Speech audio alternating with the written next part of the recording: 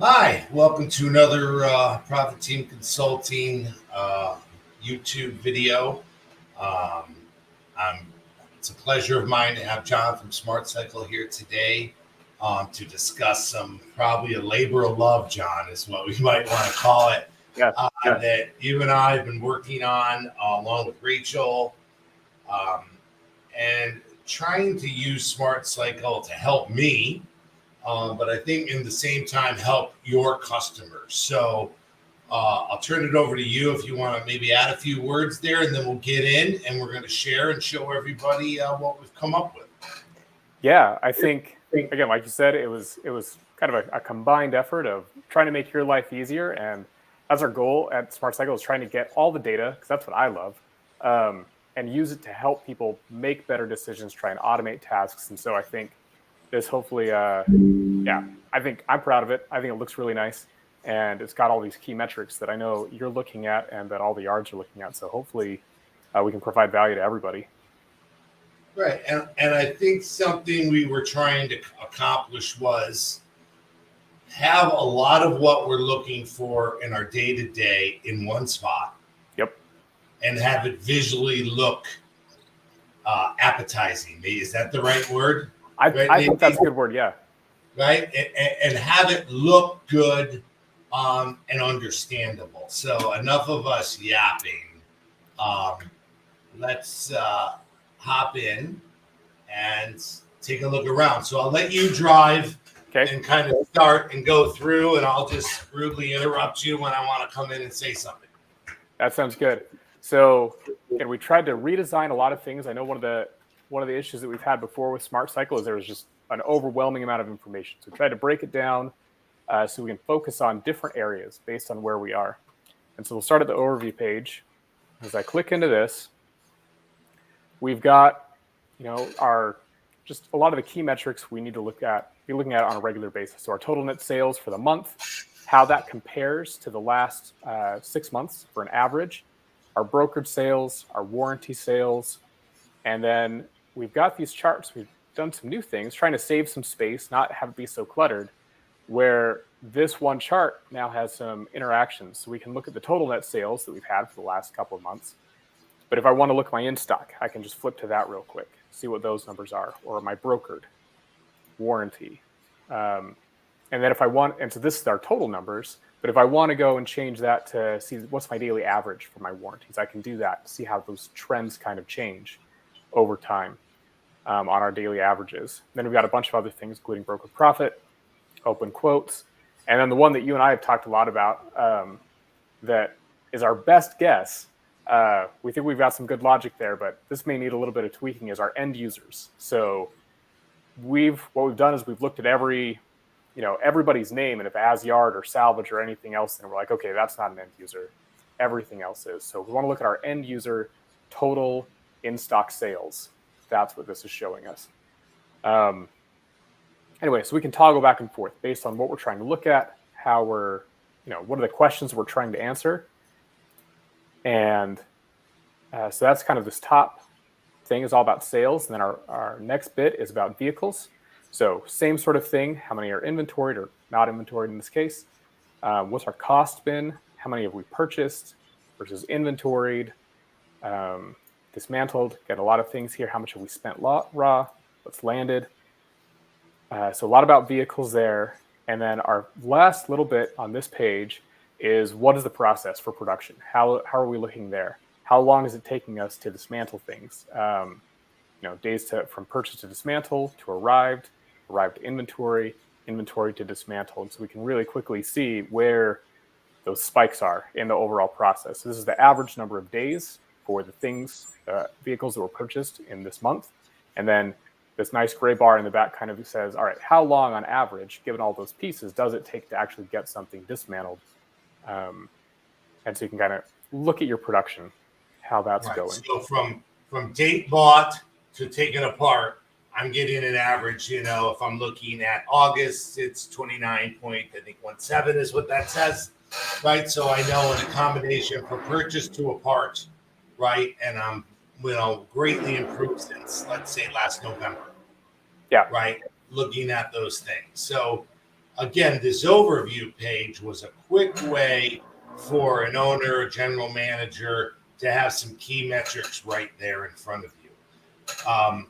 And what John said to help me dramatically was I wanted to be able to constantly be able to bounce to daily averages, right? So many customers that I have will look at September and say, oh, we're way off. Well, we weren't really way off, right? Our daily averages weren't that far off, right? So I don't judge the best month by the highest dollars. I judge the best month of how long we had a daily average. Was it our best daily average for a consistent month? And so that overview page being very easy to read, very easy to bounce around, and having some comparable data to daily averages for the last 6 months. Yep. And again, yeah, and this is just the overview. This is just the beginning, a nice way to digest it. And we know that everyone's going to want to go deeper. So we have deeper dive pages into a lot of these. So if we move on to the next part, the buying, going a little bit deeper in here. Again, we've got our, what is our current, again, we're new into the month. So we're only about 95% of where we were over the last 6-month average, but 7 vehicles, our costs, what we've projected, the total projected sales the average projected per vehicle and the total projected. So these projected vehicle numbers all come from your buyers. And so this is what they're expecting is going to be coming in from these vehicles. One of the things we worked really hard on in the last couple of years is actually building out a model that looks at every single part and says, okay, we know that not everything is going to sell.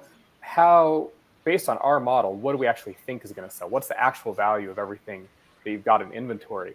And so our next card kind of tries to compare a couple of those different things of what does our model think the value is of what you purchased in September or August or, going back. What is that?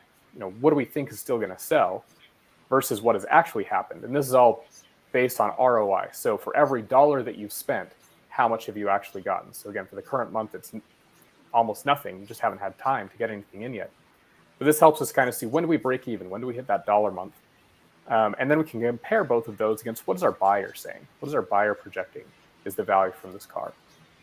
And so we can kind of see over time how consistent people are, how consistent is our buying, and how much really value do we have left on a lot of these sorts of things on the vehicles that we've purchased.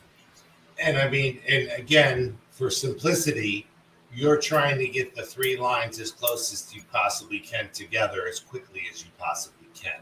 Yeah. And I think what you and I have both seen, not everyone, but a majority of the data that we look at, that we have buyers over projecting much higher than what's actually coming back, or much higher normally than what the model is saying, right? Let's call it, for simplicity, right? The smart cycle, artificial intelligence, so to say, is saying, here's what we're projecting or predicting. Here's what you're really doing. And you can see when we get a little closer there, how the purple and the green lines start to match up, which is telling you that smart cycles intelligence is on. It's that our buyer's way off. Right. And the one thing that I will add there, because I know that a lot of buyers bake in the value that you're going to get from scrap. And that's not something we have access to. So this is just part sales. We are only looking at that. So that can explain a lot of the difference a lot of the time. But if it's not, again, it's just another data point and something to consider when you're evaluating how much are these vehicles really worth. So that's a fun one. Moving down, we kind of have, again, looking at trends. How many vehicles are we purchasing? How many are we dismantling? What's going on with total net sales? And hopefully those things are, again, as Rob, you've talked about, they should be flat. Like you want the consistency going on there. And here we can kind of see and compare month to month, how consistent are we being in our buying purchases and our dismantling. And then, sales, of course, lags. But hopefully that's giving a good indication of where we're headed. Correct. And anyone that's reached out, gotten any help from no matter what consultant it may be, The projected model in this industry is consistency, right? Can I maximize my factory? Is my buying and my dismantling and my inventory and my sales all matching up and being consistent? Allowing to look at multiple categories here, and we'll get to some other flow charts that are kind of similar to this, but at least it allows you to see if I did have a downturn, I can look below and see how it affected my total net sales, right? If I have that dip in purchasing. Yeah.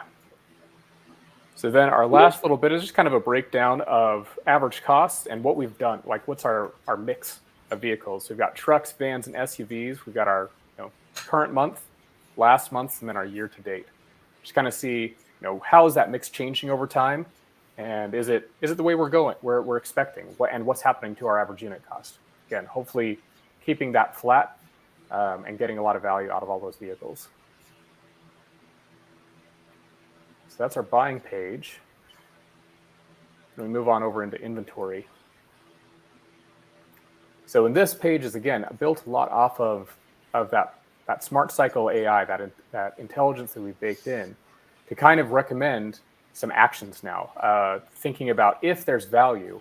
While the part may be listed with some value, what do we think is actually going to happen based on looking at your data historically, looking at the sales numbers and how many you have, what your quantity on hand is for different parts. What is the value, and then where is it?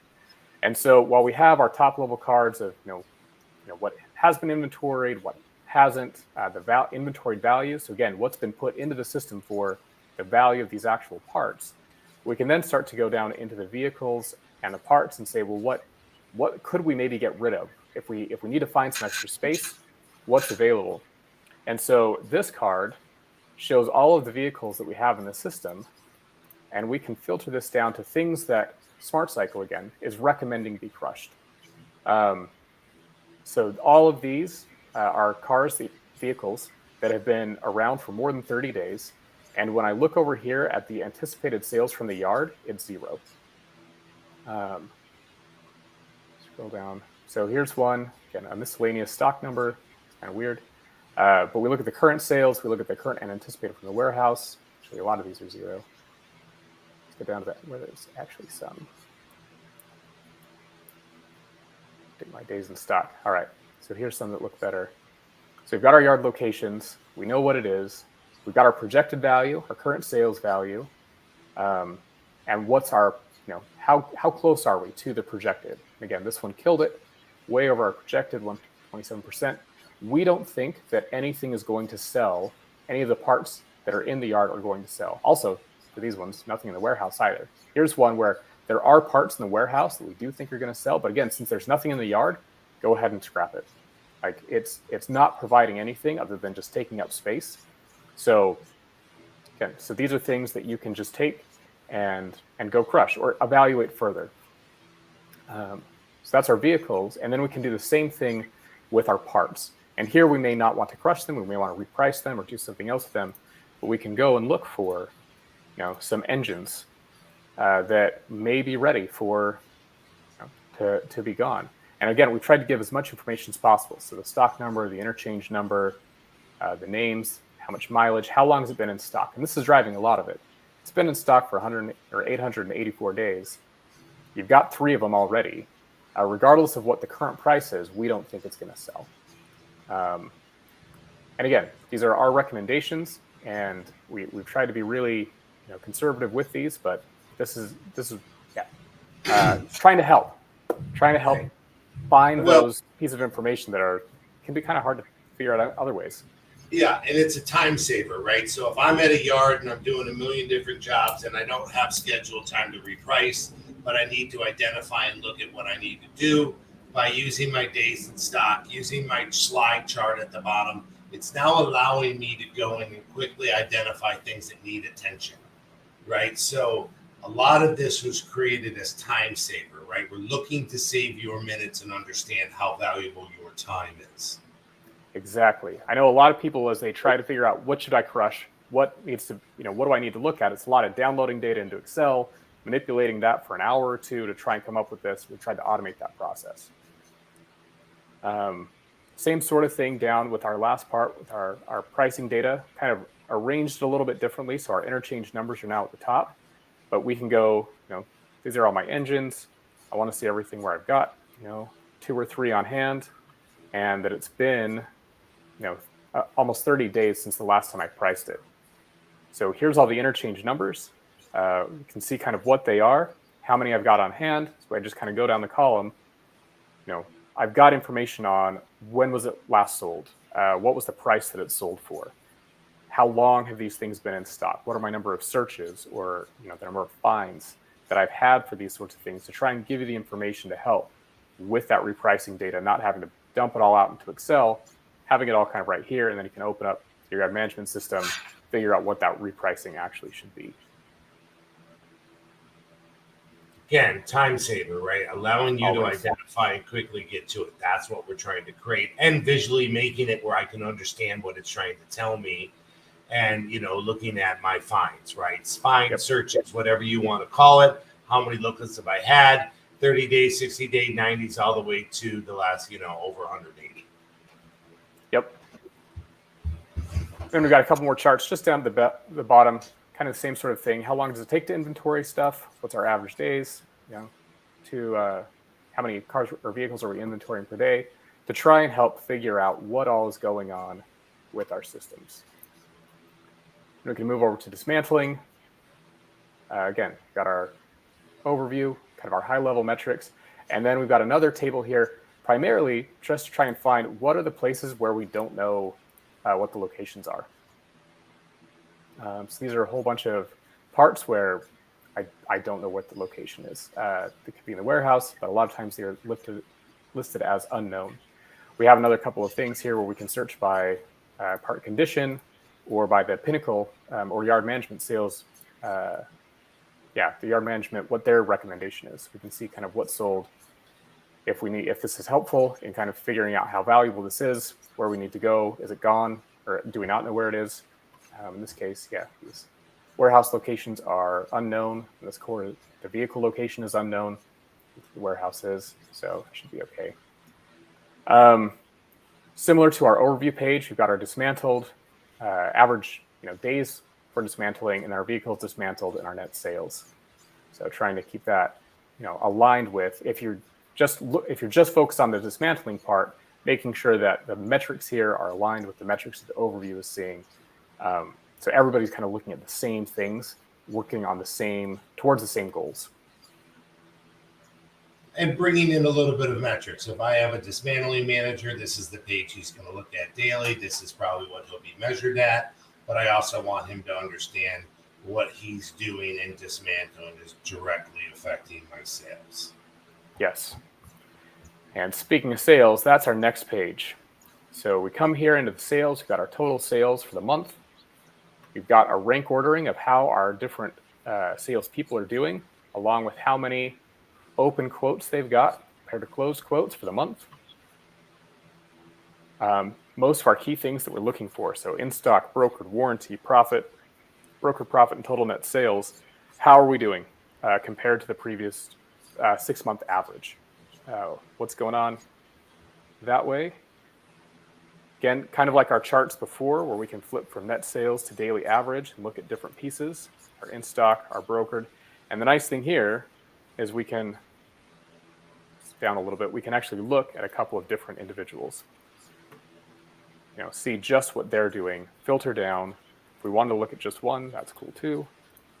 Just look and see, how has Eric been doing month over month? His daily average is increasing. Things look great on his brokered sales. If we look at his net sales, again, looks awesome. Absolutely. Yeah, I wish everybody had this kind of a jump. That'd be great. Then coming down, we can kind of look at those big ticket items, the engines and the transmissions. How are we doing there on how many are sold, engines and transmissions, and can look at how many are going in stock, hopefully most, brokered, end user, and yard to yard.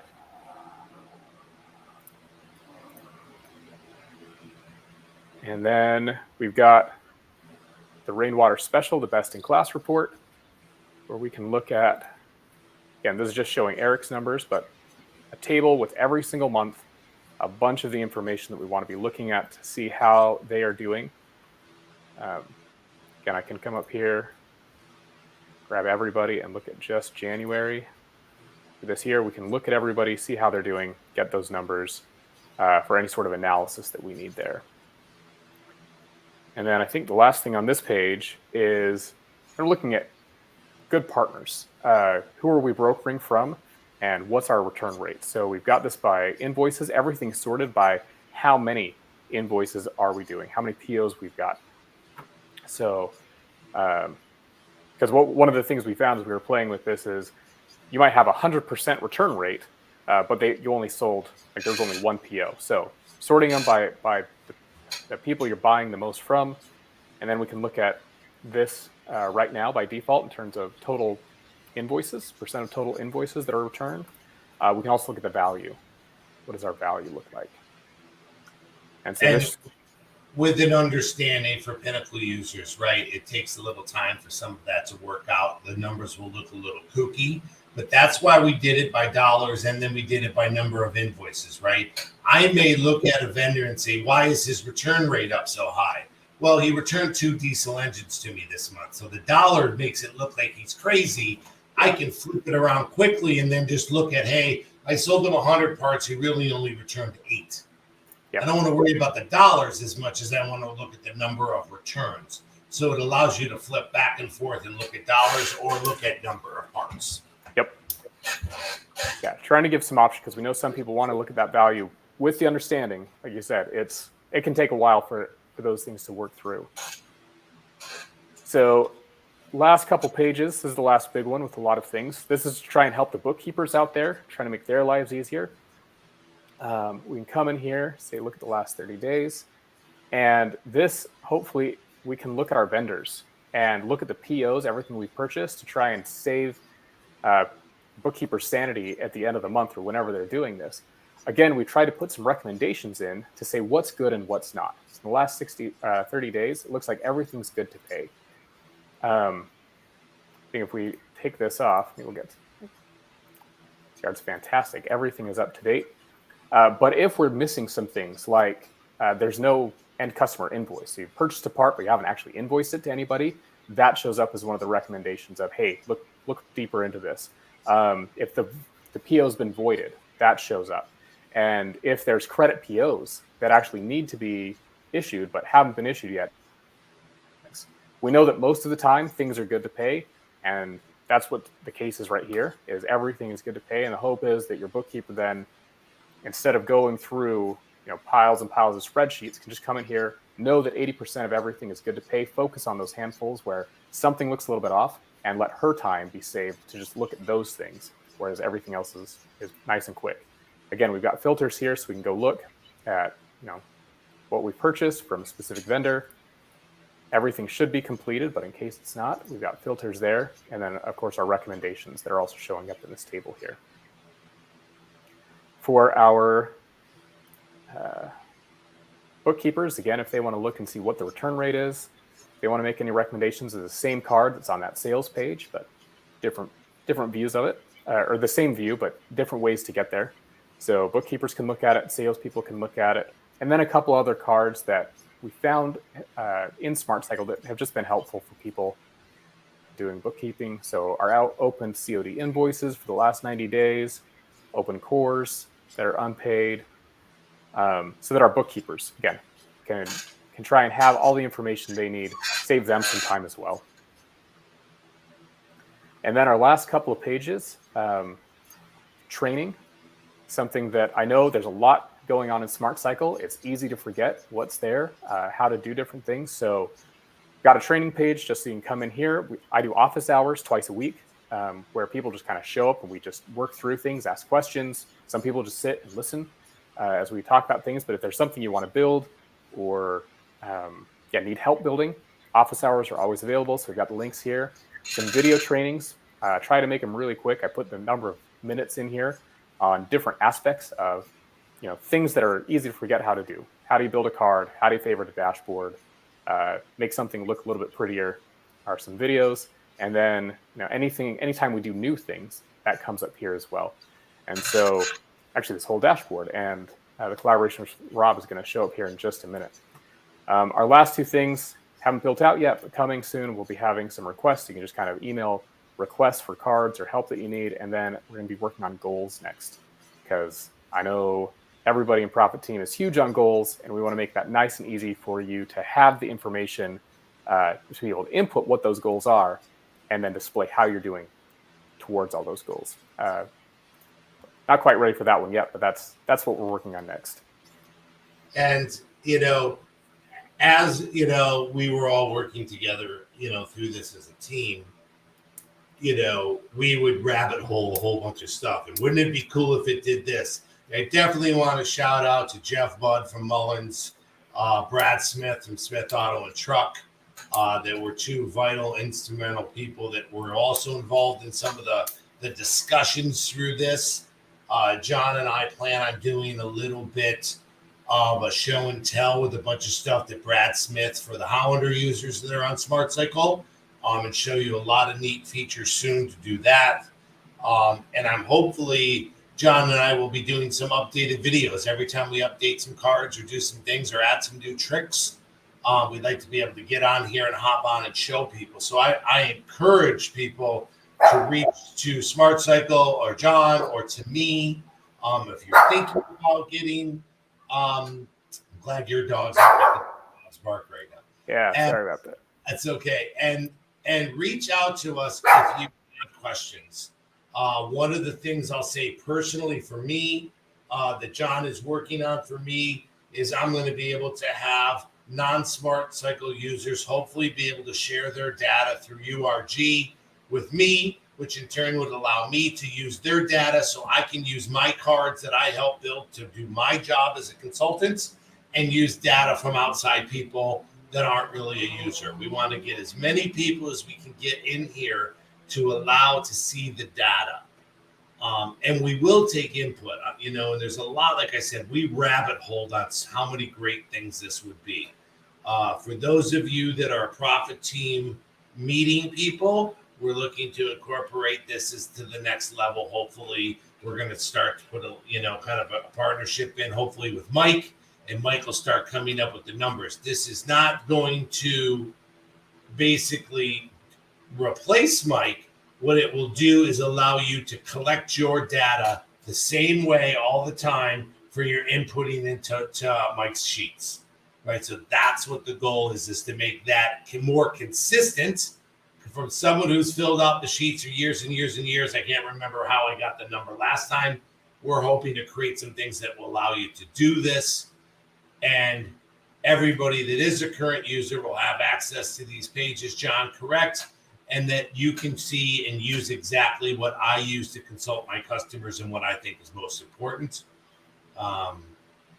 We've added some notes and some headers in there that kind of explain, but, you know, enough said. We've already been on for about a half an hour, John. I'm sure we lost him 10 minutes ago, but I think we're all really excited about this. This has been a labor of love, and we're kind of at, you know, the end of phase one, version one, I'd say, John. Yes. Correct?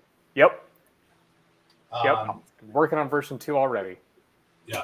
So any questions, anybody? We just wanted to share what we're out there and what we're trying to do. We're trying to get Smart Cycle a little more user-friendly. I understand there's, you know, advanced Smart Cycle users and there's some basics, right? And I wanted to help the basic people, the people that can't create and build their own cards. I wanted to pre-build a lot of stuff, which I think John feels, Brad, Jeff, this is what was important to us. So I appreciate everybody watching the video. As always, I have a ton of videos on my YouTube channel. Please visit Profit Team Consulting and subscribe to the channel. I got to pitch it at least once, John. And hopefully John and I will be on with a lot more videos. So I'll talk to everyone soon. Thanks, John, for sharing and being a partner in all this. My pleasure. Thanks, everybody. Take care.